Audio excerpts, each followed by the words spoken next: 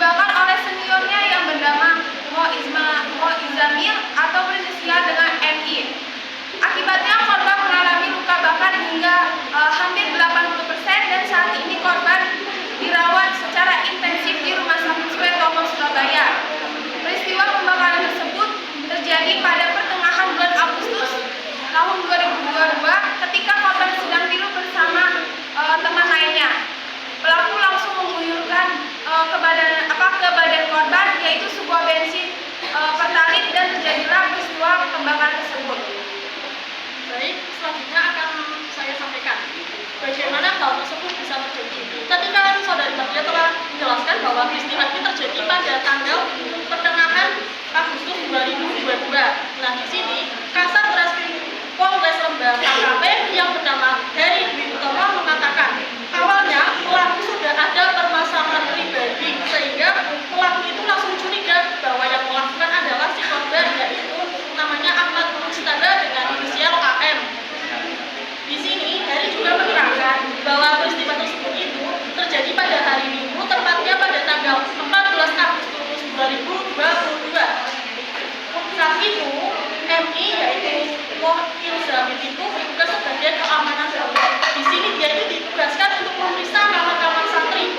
Nah, di sini Heri mengkonfirmasi bahwa setiap pukul 12 malam yang bersangkutan itu menertibkan santri yang memakai ponsel. Namun, karena ada miskomunikasi, pihak keamanan pondok sudah meminta ponsel kepada korban pada pukul 6 sore.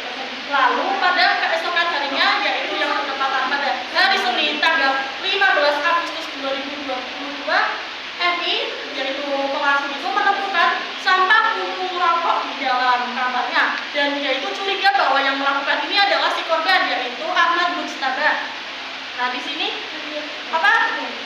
peristiwa itu terjadi, pembakaran itu terjadi, yang mana sebelumnya Mohil Zamil ini sebelum melancarkan aksinya membeli bensin terlebih dahulu, kemudian naik ke atas dan dia membakar AM yang sedang tertidur dengan 3 teman-temannya. Nah, di sini ada salah satu temannya yang kenal tapi tidak begitu parah.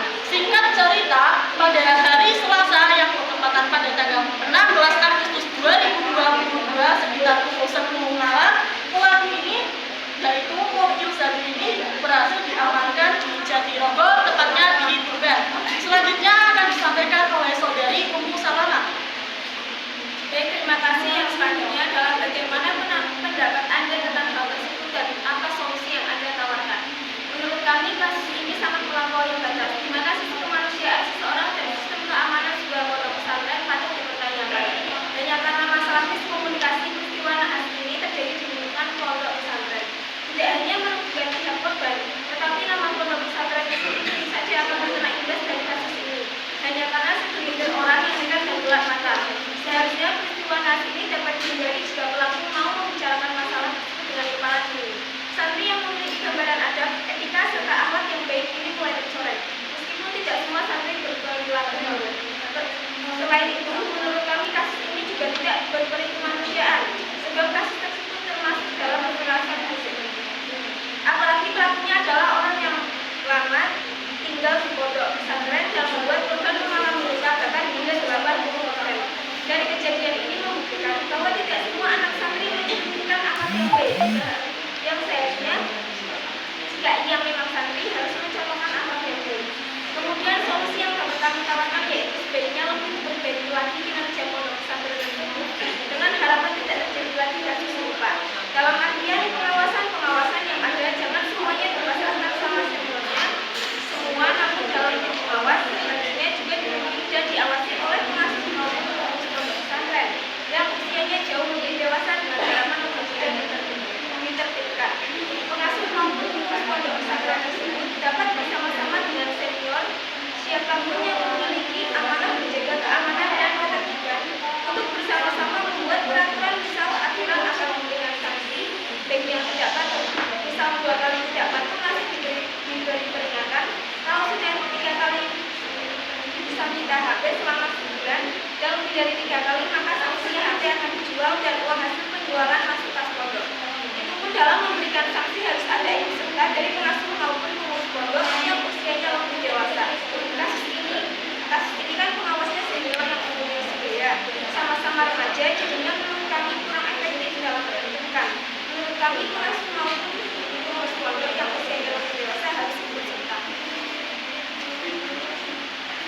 Baik, kasus yang kedua yaitu viral mahasiswa UIN Hasimber program audio di Bandung yang diduga di masjid.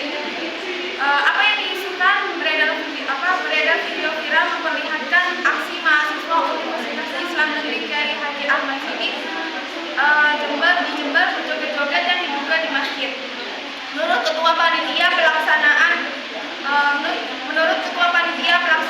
yang bernama Dr. Hadir Saihan, itu merupakan kegiatan pengenalan budaya akademik dan kemahasiswaan atau disebut dengan kegiatan PBAK di kampus UIN Hasimber.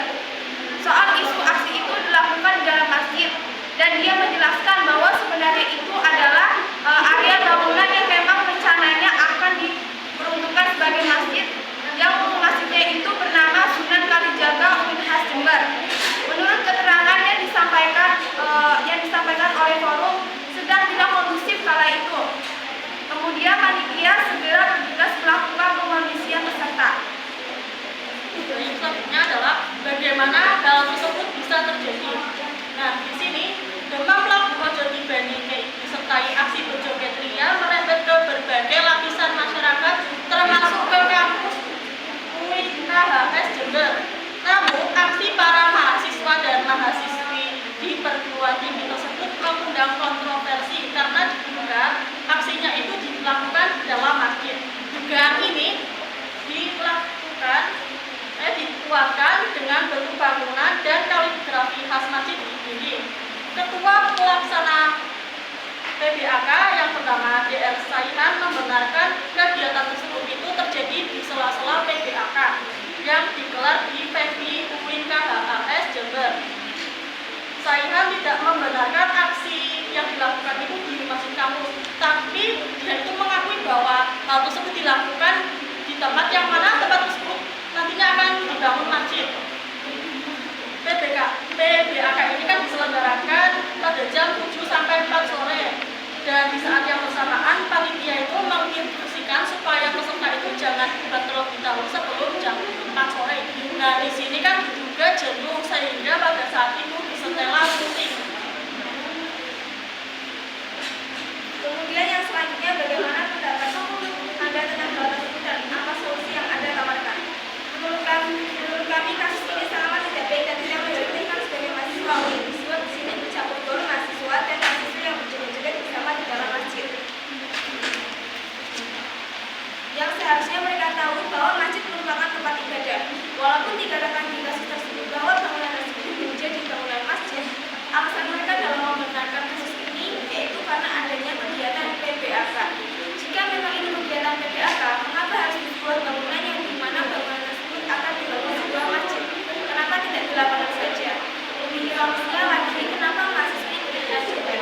Yang mana seharusnya mereka itu tahu ada wadah mereka yang harus dijaga. Terlebih mereka mahasiswa dari universitas Islam, seharusnya mereka malu. Lalu solusi yang dapat kami tawarkan yaitu agar keduanya diperhatikan lagi soal tempat pelaksanaan PBAK.